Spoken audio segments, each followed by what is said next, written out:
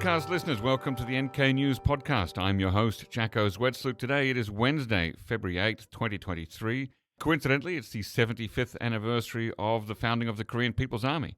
But I'm not talking about that today. In fact, I'm joined in the studio by Dr. Lauren Richardson to talk about North Korean victims of the 1945 atomic bombs dropped on Japan, and also the politics of victimhood in Japan DPRK relations. But first, please, a request and reminder to leave a review about this podcast on whatever platform you use and share this episode with everyone you think should hear it or might be interested. What's more, like and subscribe. Secondly, check out nknews.org, where each day my journalist colleagues write the best North Korea-focused journalism. A subscription for a year costs less than $1 a day, and that helps to fund not only this podcast, but also the excellent reporting that my colleagues do every day. Thirdly, follow nknews.org on Twitter and me at JackoZ. Now, to introduce my guest today, Lauren Richardson is a lecturer in the Department of International Relations at Australian National University in Canberra. Her research focuses on the role of non-state actors in shaping diplomatic interactions in Northeast Asia, particularly Japan-Korea relations.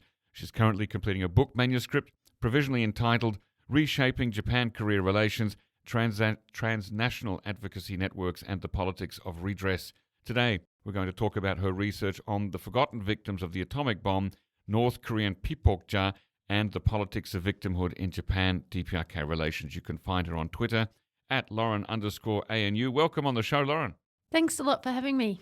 So let's start off with the basics. When Hiroshima and Nagasaki were hit by Little Boy and Fat Man on August 6 and 9, 1945 respectively, there was no North Korea yet.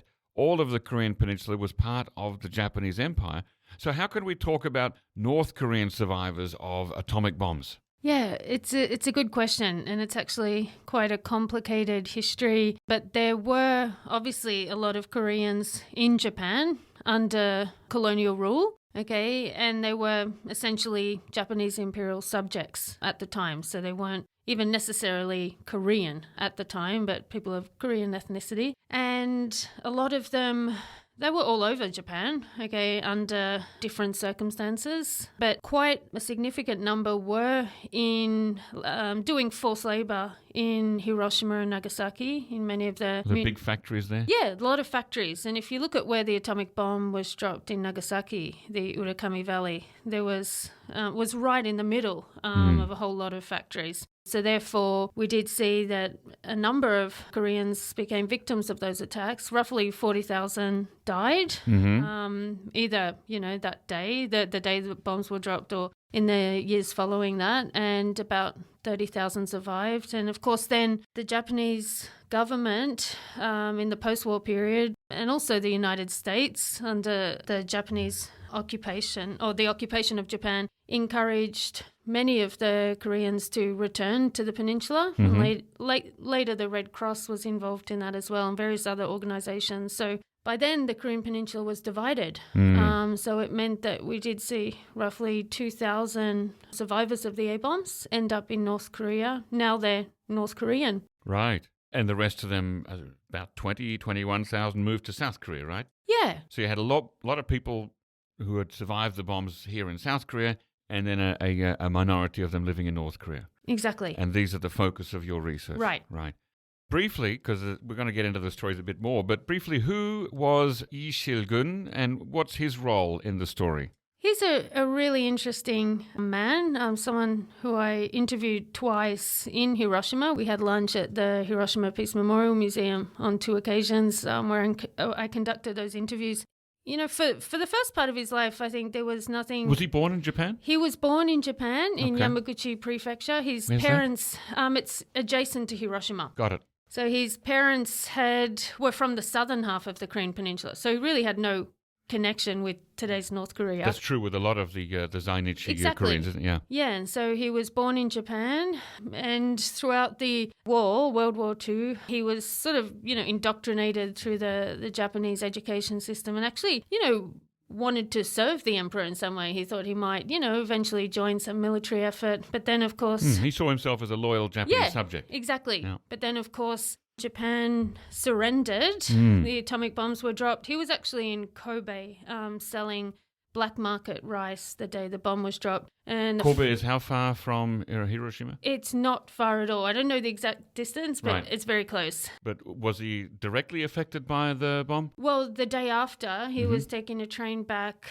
to his home in Yamaguchi, which required him to go through Hiroshima. And it may be hard to believe by today's standards where news travels very fast, but no one necessarily knew outside of Hiroshima that an atomic bomb had been dropped. Even in Hiroshima, okay, this wasn't news that spread quickly. A lot of people didn't know what had happened. They thought it was just a big bomb. So he took the train, and when it arrived, when it sort of got towards the center of Hiroshima, it stopped, and everyone was ordered to get off, saying that there had been a large-scale air raid. So he walked through Hiroshima, unwittingly absorbing copious amounts of radiation, like many other people, eventually hitched a ride home with a truck driver. So he'd already walked through Hiroshima for 2 hours, and by the time he was home, he was extremely sick. So he became an A-bomb victim. He then joined in all these movements that were sort of ethnic Korean movements that proliferated after Japan's defeat, many of which were quite sympathetic to North Korea. He joined in that. And up to this point, there was nothing really unique about him because many Koreans found themselves A-bomb victims. Many of them joined these movements. But and he was also arrested for those activities and ended up becoming a fugitive. And again, nothing particularly unique here. A lot of Koreans were arrested under the US-led occupation of Japan. But what happened... He was arrested for being a sort of an agitator, a rabble-rouser. Yeah, exactly. They were disturbing considered... the peace. Yeah, they were considered security threats. Okay? They were very agitated. They'd been oppressed and suffered all kinds of discriminations during the war. So they were quite... Yeah. I mean, the US even kept some Koreans labouring, in mines. So there was a lot of agitation. And so then, I mean, it was sort of unique that he became a fugitive. He didn't go straight to jail, and he served a much longer jail sentence than was normal, 8 years. That is quite long. Do you know what his crime was that he was convicted of? Yeah, so initially he was arrested just for scattering these handbills that criticise the role of the US in the Korean War. And actually, it's quite interesting because he'd picked up radio broadcasts from North Korea with a few of his friends, and they actually wrote them on that. They translated them into Japanese, wrote them onto handbills, printed them. So said something to the effect of America's war is unjust and America's forced the Communist Party underground and this kind of thing. Following the North Korean line that America was the originator of the Korean War. Yeah. So anyway, he was initially arrested for that, which was illegal at the time. But when he was finally recaptured, he was arrested on roughly 4 charges. So one was the initial one. The second was having been a fugitive. The third was having taken on a fake name. And the fourth was having violated the alien registration law in Japan, some aspect of it. So, yeah. But where he became a unique, very unique figure is when he came out of jail and became an international anti-nuclear activist. Right. So he was travelling all over the world to anti-nuclear rallies, which was very hard for someone like him who had North Korea affiliated nationality, which wasn't a proper citizenship in Japan. Made it hard to get visas. So he was quite a major international anti-nuke activist. Okay, I want to come back to that. In your paper that you have coming out on March 1st, I was excited to see a mention of the 13th World Festival of Youth and Students held in Pyongyang in 1989.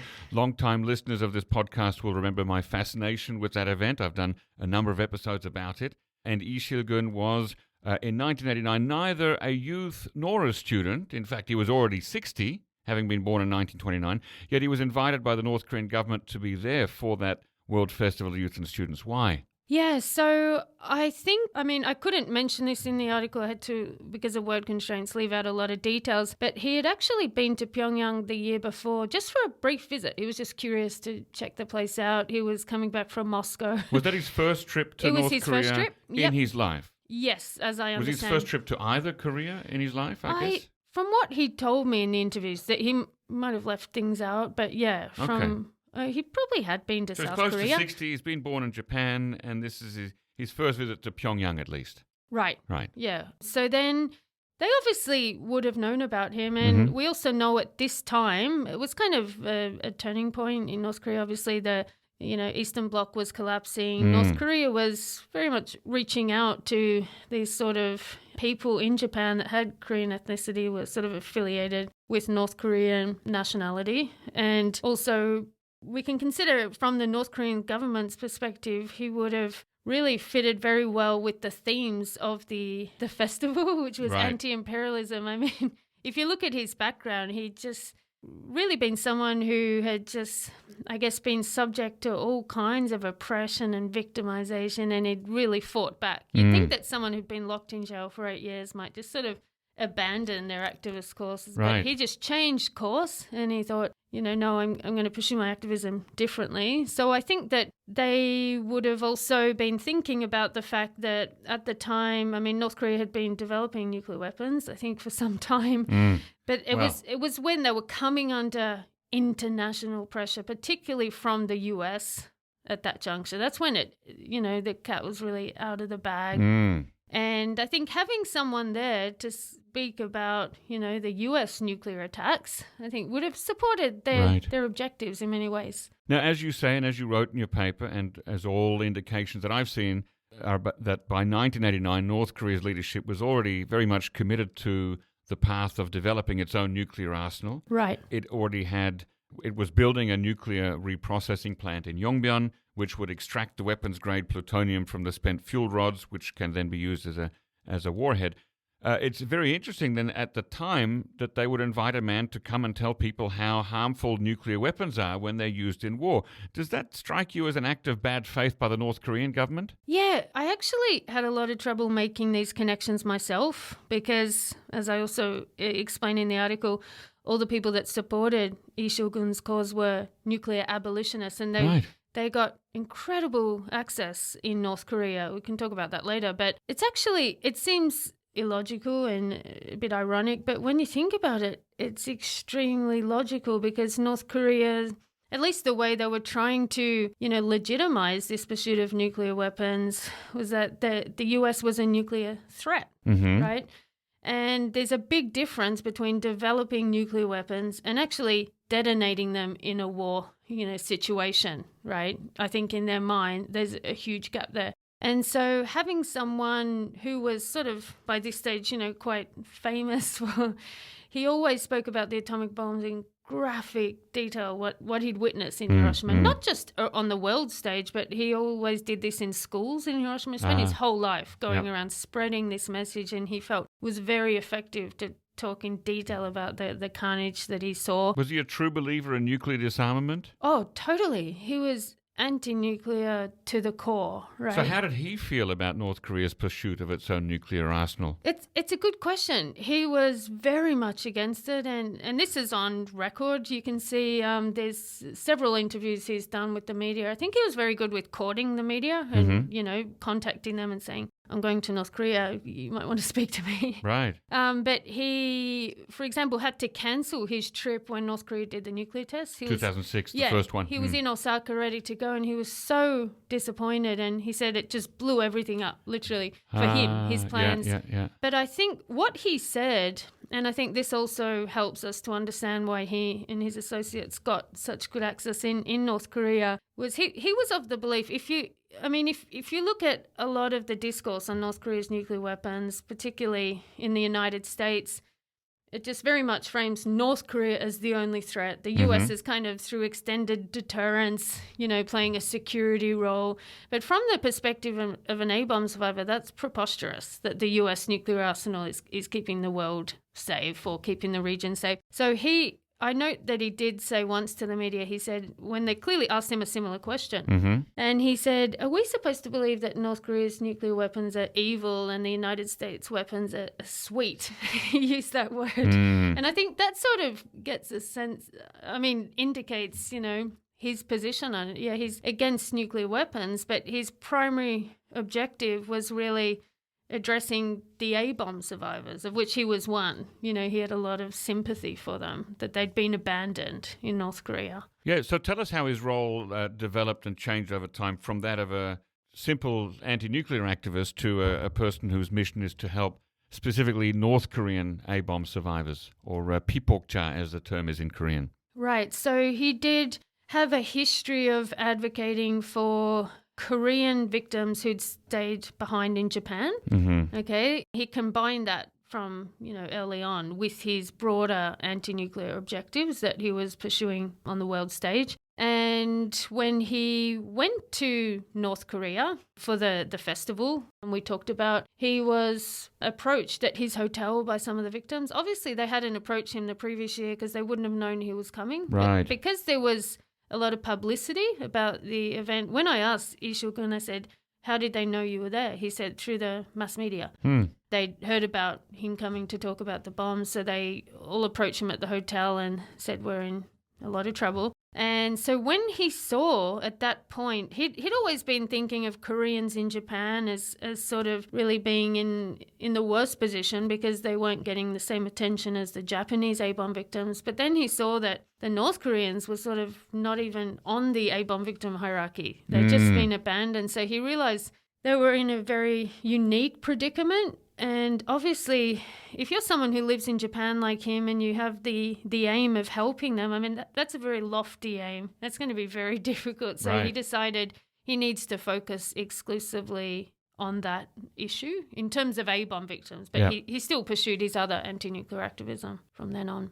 It seems like it would be almost impossible for North Korean A-bomb victims to seek any redress from Japan when the DPRK in Japan do not have diplomatic relations. Right, yeah, they've had a terrible time because, I mean, there is a very complex historical and legal and political dimension to the issue of A-bomb victims. Usually when I've presented this research, the question I always get is, why isn't the United States responsible for this? But it's really just comes down to the legal strategy pursued by South Korean A-bomb victims, that they pursued litigation against the Japanese government. And as a result of that litigation, which they largely were very successful, the Supreme Court in Japan ruled that there should be no nationality clause in Japan's domestic relief law, which provided financial support to A-bomb victims in Japan. And This is the law first passed in 1957. Yeah.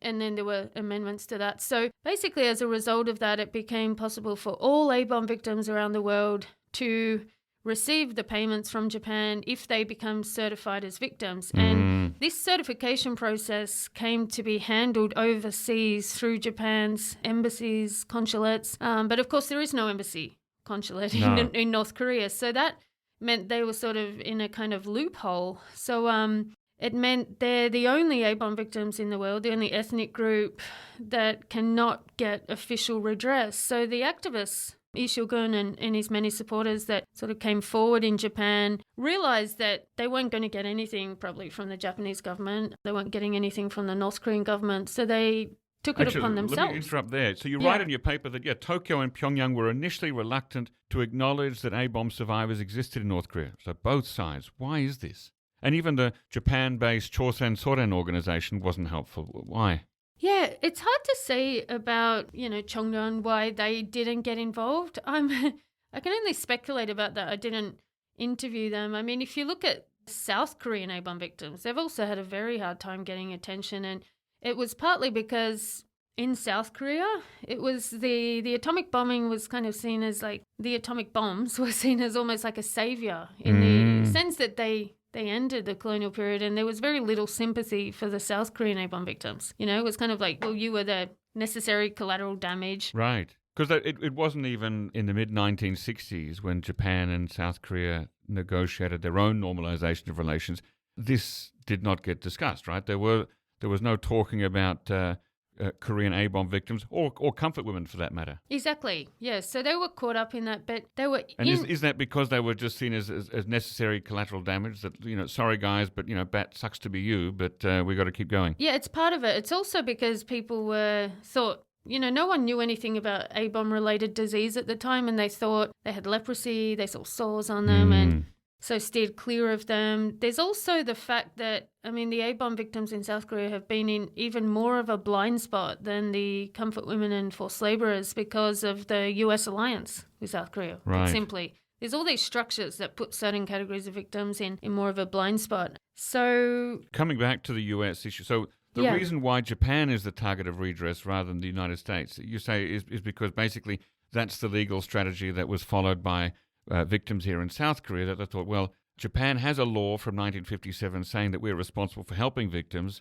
The US does not. It would be far more expensive to try and litigate this through the US courts, so let's do it in Japan. Is that more of practical reasons rather than a moral reason or any other reason? They were totally just pragmatic reasons. And another reason is that they knew they had a whole support network of activists in Japan who were willing to facilitate that litigation process. So were they largely, or that support group in Japan, are they all ethnic Koreans? Or are they many Japanese. It's a mix of both, but for example, several Japanese lawyers worked pro bono to represent them. Many ethnic Koreans acted as interpreters, so they wouldn't have to pay for any of this. And also they engaged in fundraising to support their travel costs. But they had no such network in the United States. Right, and it's a more expensive journey as well and a longer journey, yeah. Exactly. When did South Korean victims start getting some redress from Japan? It took a long time. So they started to very gradually mobilize. It's interesting when you read about this, even before the 1965 treaty, there was a couple of A-bomb victims who met in Myeongdong. Just kind of said, oh, where were you in Japan? Yeah, I was in Hiroshima. Me too. Wow. Are you an A-bomb victim? Me too. And just sort of, started to get a bit organized. They started to track down other survivors, make lists. And then was actually Mindan, the organization in Japan that, is affiliated with South Korea, that played a leading role in bringing that to the attention of the Korean government in the 1960s, just before normalization. Okay. But the issue, so the South Korean government knew about it. Yeah. They knew they had a lot of victims, but it didn't come up in the normalization negotiations. I think very much because the US was in the background of those negotiations, and they just kind of thought, we don't want to, make trouble with this issue by raising it. So they were in trouble, and many of the hospitals in South Korea didn't know how to treat them, and they were coming out sicker from hospitalization. So it was really when this litigation began in the 1970s, late 1970s, when they started to win, that things started to move. But even then, initially, as a result of the litigation, they'd have to come to Japan to be certified. And many of them didn't want to because it's like revisiting the site of trauma. Right. And also they were ill, many of them, or couldn't afford it.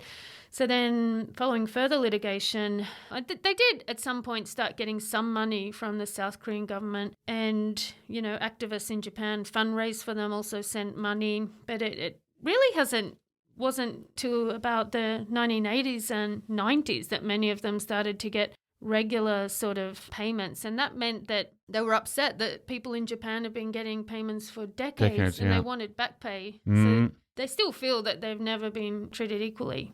Now, for the North Korean victims, everything began, as you said, with Lee Shilgun's visit to Pyongyang in 1989. So they were even later than the South Koreans. Was he incorporating what had happened in South Korea in his own, was he sort of taking lessons from how the South Korean A-bomb victims had approached things to use in his own quest to help North Korean victims? Absolutely. I think that, it's interesting in terms of the timing that we tend to, think that South Korea's democratization and things like that were obviously critical to many of the victims, colonial victims in South Korea, and normalization to getting redress. And you would think that in the case of North Korea, where we haven't seen these kind of transitions, that they would have had no hope. But it's interesting how other transitions, like the end of the Cold War, sort of, and also, ironically, North Korea's pursuit of nuclear weapons made the regime permeable to anti-nuclear activism, right? And to this issue coming up on the agenda. I think that's interesting. But yes, absolutely. I think, E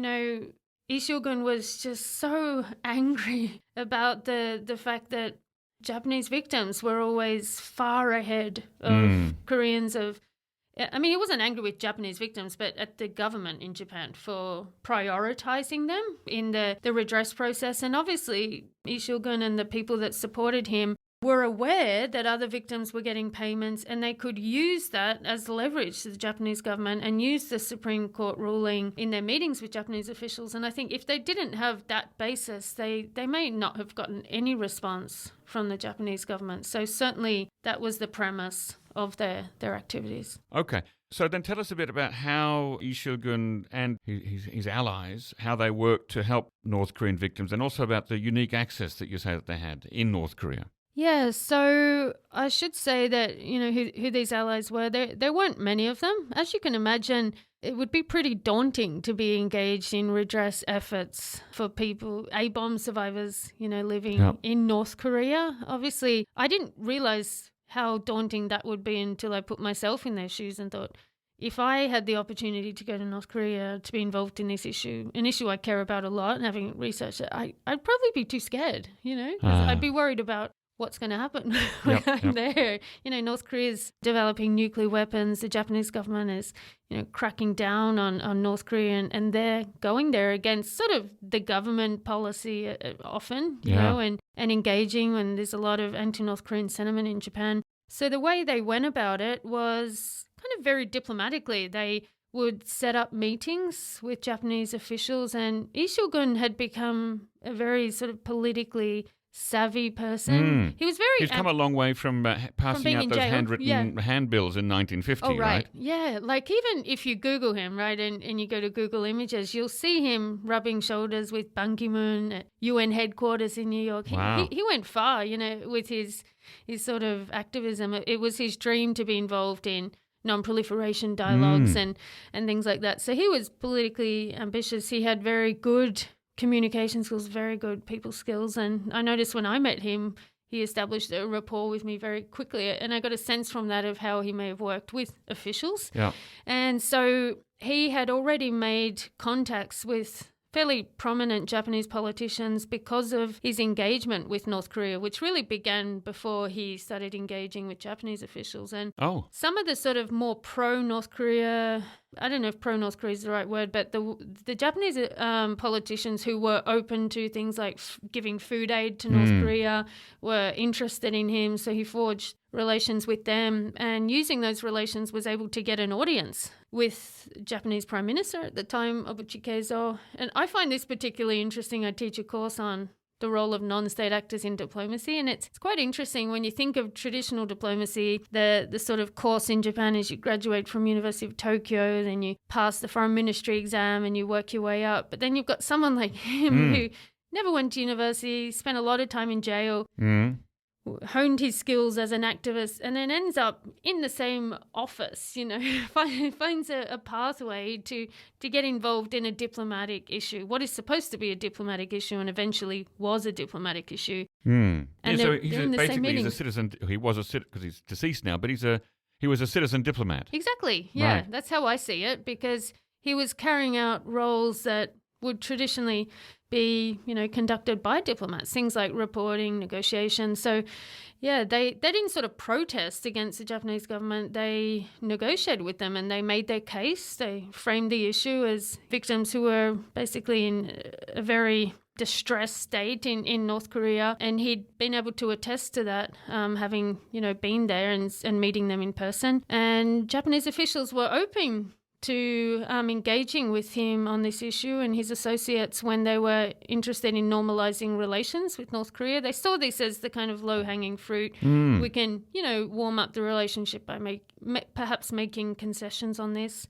And then in North Korea, so they set up an organization in Hiroshima, and it became a kind of channel of communication with North Korea. North Korea reciprocated by setting up their own advocacy organizations, and those two organizations would invite delegations from each country to the other country. Right. And they would do fact-finding together and track down the victims. And also medical training too, right? I was interested to learn about that. Tell us about that. It's quite interesting. So, eventually the Japan sort of Doctors Association got involved in these meetings, and they sent doctors to North Korea to train their medical practitioners in how to treat A-bomb-related disease. And then North Korea also allowed some delegations of radiologists to come to Japan for training. That in itself is really quite significant, because if you look at the case of South Korea, after this issue of South Korean A-bomb victims really became sort of politicized to some extent, doctors in Japan, or I think it was the Japanese government, offered to send doctors in Japan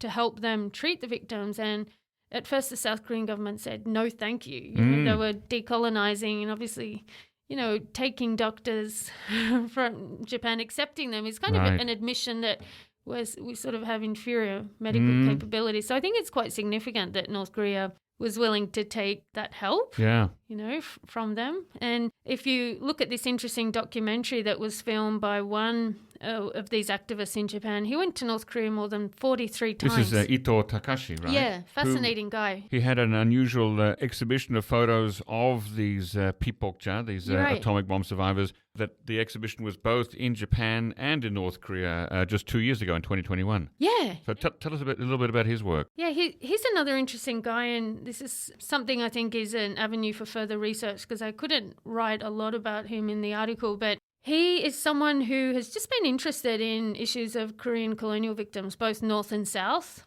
and he especially focused on the North Koreans. He went to Pyongyang first, I think it was 1991, 92, so after E Shilgun had brought this issue to light in Japan, and he was able to eventually start film. First he was just taking photographs of them, and he has an exhibition that he's actually been showcasing it all over the world. He's been going many places. He spends a lot of time in South Korea. Also is involved with comfort women victims and things. And so his broad objective is to help normalize North Korean people in Japan and victims. So he has an exhibition on the people of Pyongyang, just to show that, life in Pyongyang can be, quite normal. And certainly when you watch he eventually, after the turn of the century, filmed a documentary on the North Korean A-bomb victims, which is called Hiroshima, Pyongyang, the discarded victims of the atomic bomb. And it's very interesting. I mean, it's in Korean and Japanese. I don't think it has subtitles. The version I have doesn't have any subtitles. But, I mean, even if you just watch it, it's quite remarkable the level of access he was given. He follows them everywhere, to hospital. He's in their home, while they're washing dishes, having dinner with them. And his documentary focuses on a North Korean woman who was 3 years old when she was irradiated in Hiroshima. And her mother stayed behind in Japan. So they're separated. Wow. And when she's talking about the atomic bombing, obviously she looks very aggrieved, and it's caused a lot of health problems for her. But the part where she gets really emotional is when she's talking about Japan's sanctions towards North Korea, because it made it impossible for her to reach out to her mum when her mum was dying. So amazingly, this activist, Ito Takashi, he took it upon himself to shuttle back and forward between the mum and daughter to record goodbye messages, basically, so she could farewell her mother on her deathbed. So yeah, really amazing activist, I think, quite impressive. So overall, what's been the result of this process? Have North Korean victims received compensation or redress from the Japanese government, or has it been privately funded, or how's it worked? It's mostly been funded through the activists who were involved. So anyone who's studied Japan's sort of foreign policy toward colonial victims writ large would be aware of the fact that Japan's very reluctant to ever pay money from its government coffers directly to victims. It tends to want to do that through the government, like through the South Korean government, which is upsetting for the victims, because they want the money, they want it to symbolize legal compensation as a way to really, demonstrate that Japan violated their rights. And Japan's never done that. But in the case of North Korea, Japan's been reluctant for those reasons, but also other reasons, because of the domestic audience in Japan is very anti-North Korean. And as we know, they don't want Japanese government sort of making any what look like sympathetic gestures until the abduction issue is resolved, which I think most people know is probably not likely to be resolved. So that means they've missed out. And from what I understand from the activists, from my interviews, the Japanese government's official position is currently that if the North Koreans apply for the Atomic Bomb Victim Handbook, which is the certification documents, we'll give it to them. But the activists think that's ridiculous because they have no way of applying for that. They can't come to Japan now because of the sanctions. They can't even, send letters. And North Koreans can't get online and they do it that way. They can't get online. There's no embassy there. And also, it's a very complicated process to become certified as a victim. You need witnesses who were there at the time. Many of them are now deceased. Right. So it's impossible. You mentioned just a minute ago about the fact that the Japanese government doesn't like to make these payments official. Yeah. It reminded me of the situation with the comfort women. So how does this issue fit in the overall framework of Japan-Korea relations and the comfort women issue? Yeah, so... And forced labourers, for that matter. Yeah, so what we've seen is there's been a lot of activists mobilise around the different categories of victims. Obviously, the comfort women issue has kind of had the most attention and been given the most focus. I think your listeners would be most familiar with that. But what we see is all of the activists, they tend to have the aim, very similar aim, of getting official compensation for the victims, official apologies, things like that. But none of the activists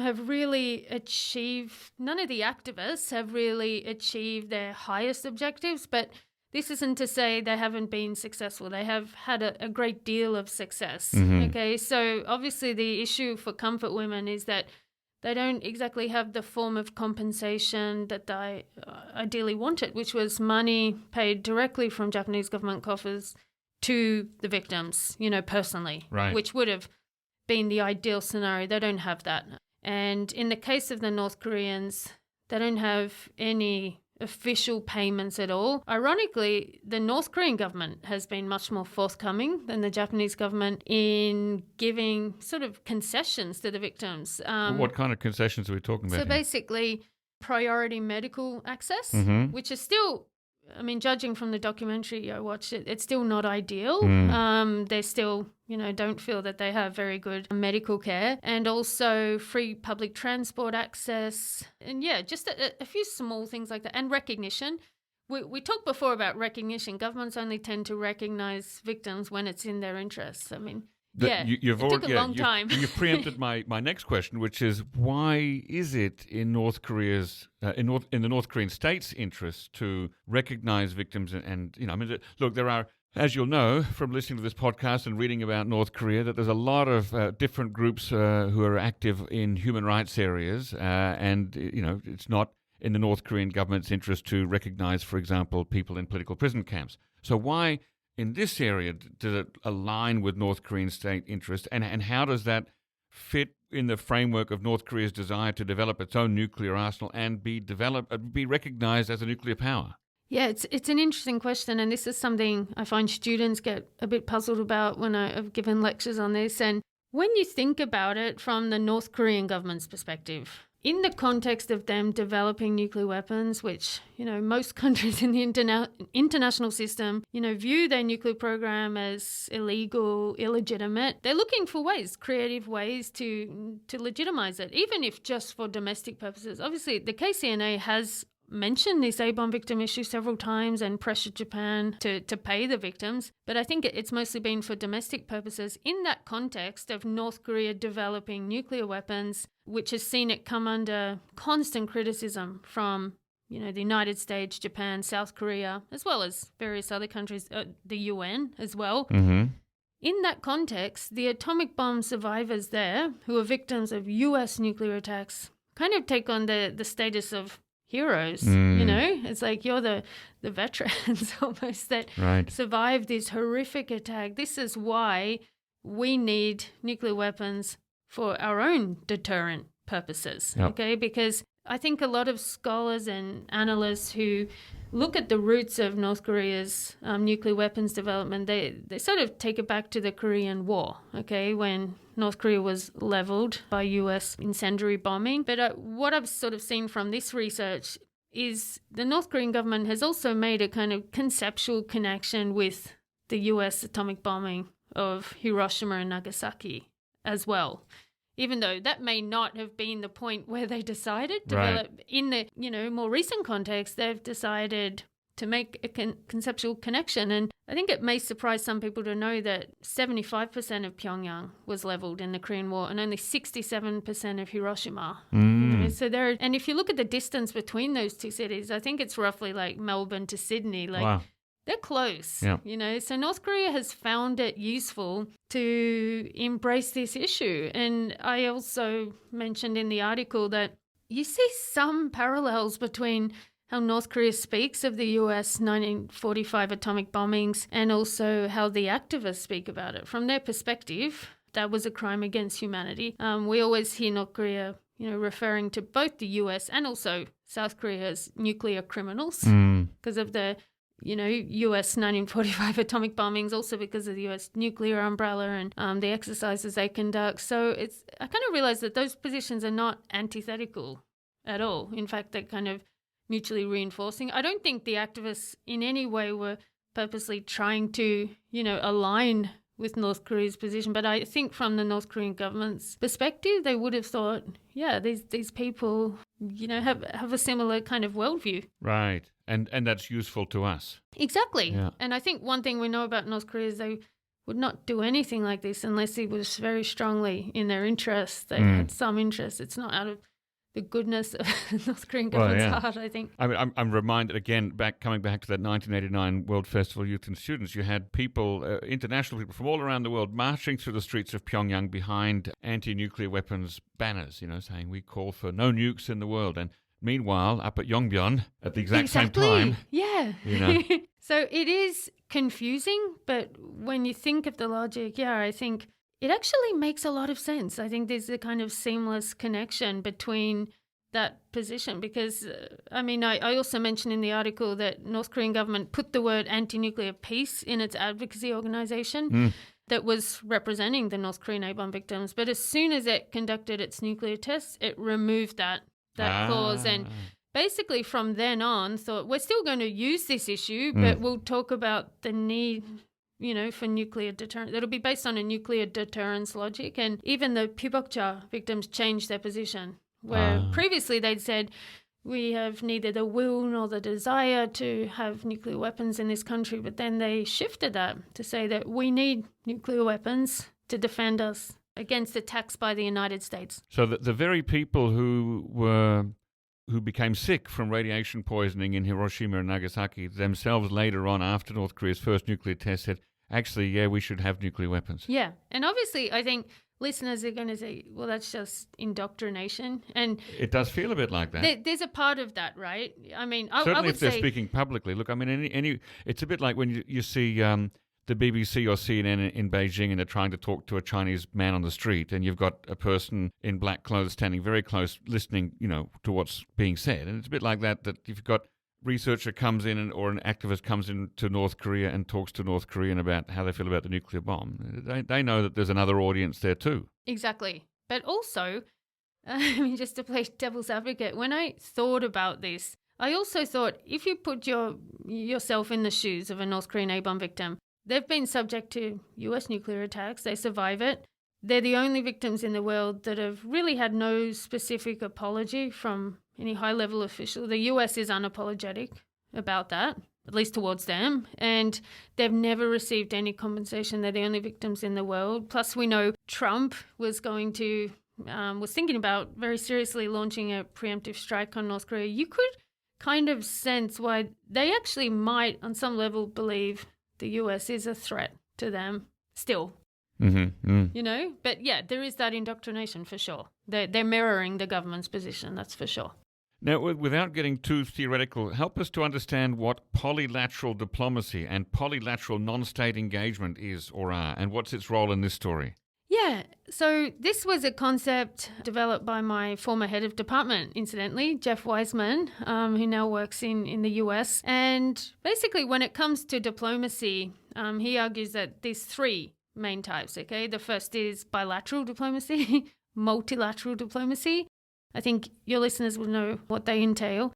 The third, he argues, is polylateral diplomacy, and that's when non-state actors really come in and play a major role in the diplomatic process. So from his definition, it has to involve at least one state actor and also engagement with at least one sort of non-state actor, which can be individuals or some organization or a body in which there's an expectation that it's going to be quite a systematic relationship. It's not just a one-off sort of encounter. So it has to be ongoing. Yeah, for at least, some period where they are going to work together on a certain issue. And I thought it's particularly fitting in this case because, these activists were definitely working in a diplomatic space, okay? They weren't using normal activist tactics that we've seen in relation to the South Korean victims, which is protesting outside embassies. Right. And you see there's such a contrast between like the Japanese embassy here, which always looks very fortified when there's all comfort women activists out at the and front. And today is Wednesday. Wednesday's the day that they go out there and protest. Yeah, I should go and have a look. But you compare that to what was going on in North Korea. You see in the documentary that I mentioned before, there's a scene where E Shilgun and his associates are at like a round table in North Korea. They look very official, clearly with officials, all wearing suits.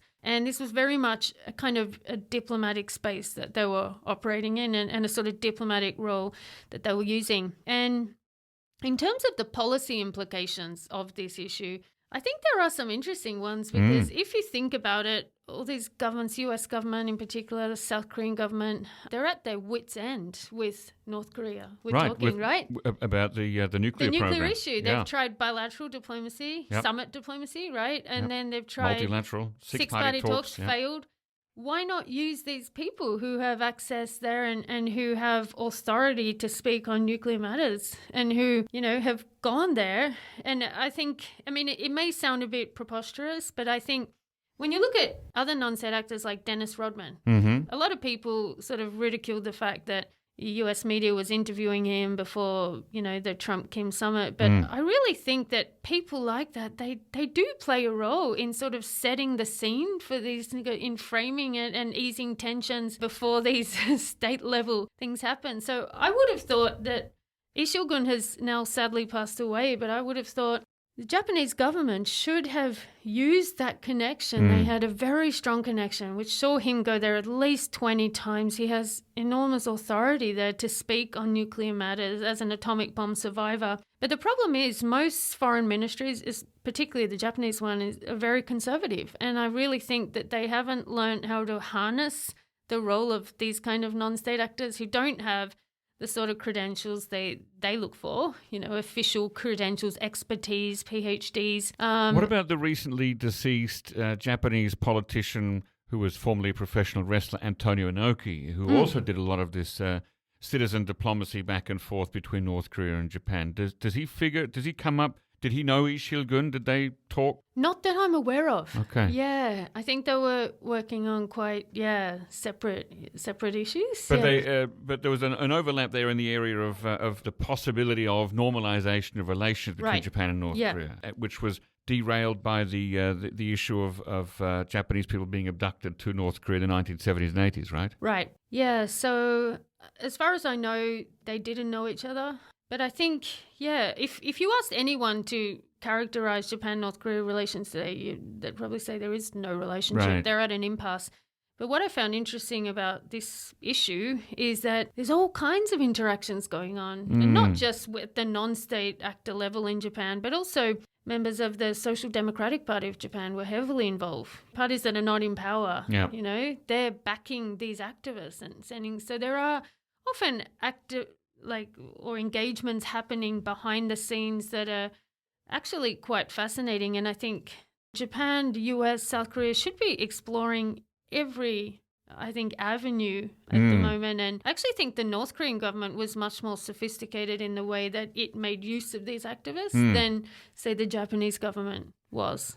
It's interesting. You also use a phrase in your paper, non-confrontational pressure tactics. And what does that mean, and how are they used in the case of helping the North Korean A-bomb victims by activists like E Shilgun? Yeah, so I'll speak first about confrontational pressure tactics. By that, I mean more like protests, things like if the sort of tactics we see in South Korea, like constructing statues outside of Japan's diplomatic missions, those things cause no end of pain for the Japanese government, which is why they're considered so effective from the activist perspective. But if you think of the South Koreans, right, the biggest obstacle they've faced is the normalization agreement, right? Because that was all stitched up, their victimhood, without them having a part in it through that process. So they've really been left with no choice but to adopt that confrontational practice, because they're trying to undo an agreement, right? They're trying to undermine it. That's the only way they feel that they've been able to get Japan to move, and also the South Korean government to move. But with the North Korean case,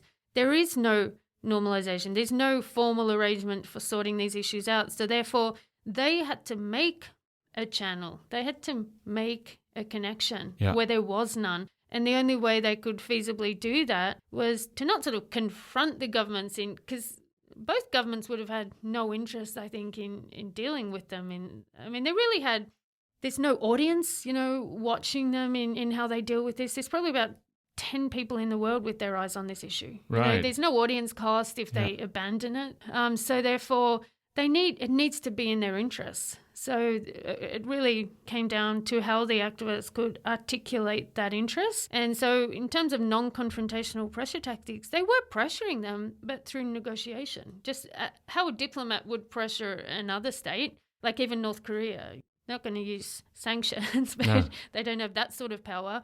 But certainly using negotiation and also speaking to the press. Okay, so they would clearly call the Japanese press and they would inform the press about what Japan's position was and say, well, that's absurd. North Korea's asked for a hospital for its A-bomb victims and the Japanese officials have come back saying, oh, we're worried that would be repurposed for, right, military. Could be a dual-use hospital. Yeah.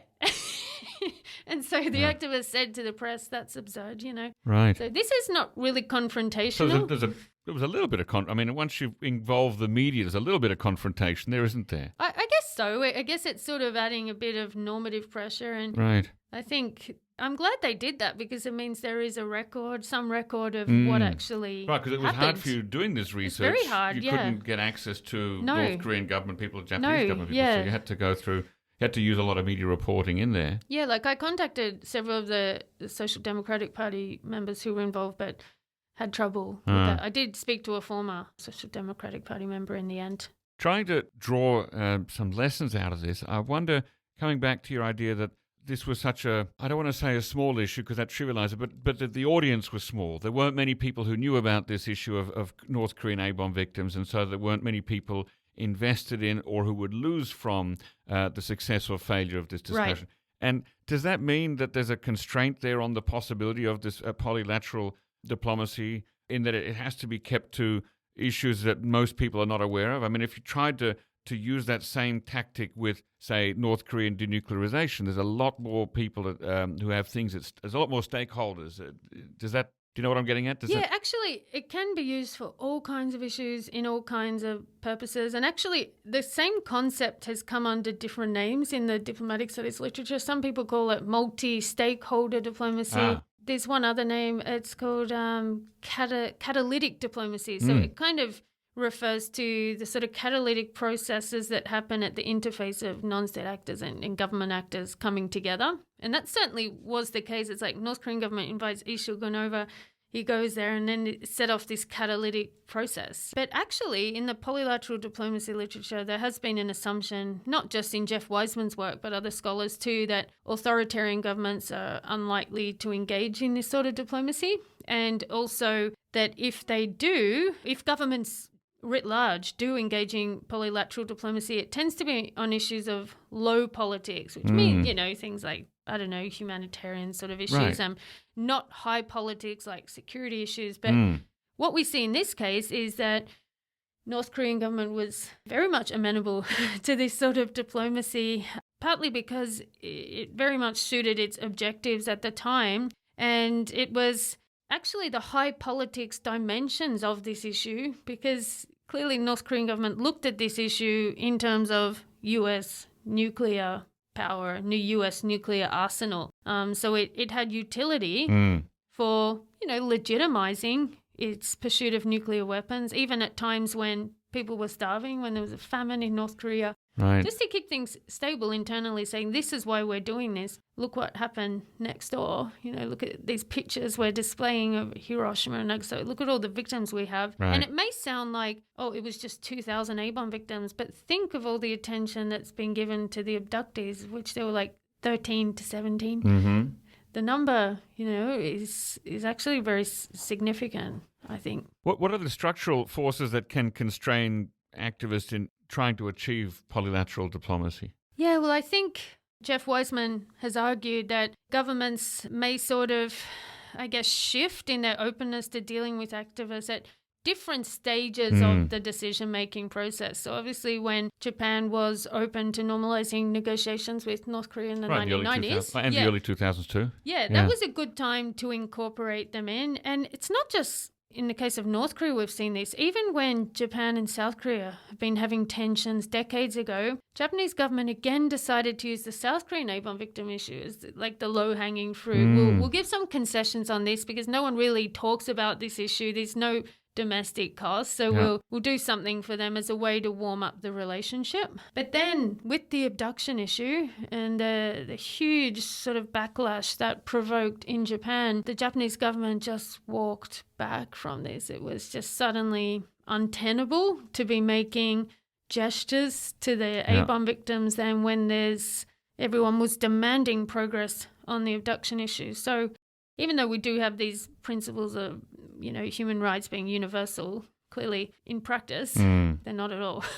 Now, here we are almost 80 years after the dropping of the two atomic bombs. I assume most of the Pipokja are dead or close to death. Mm-hmm. Is this a matter that's finished or is it still ongoing?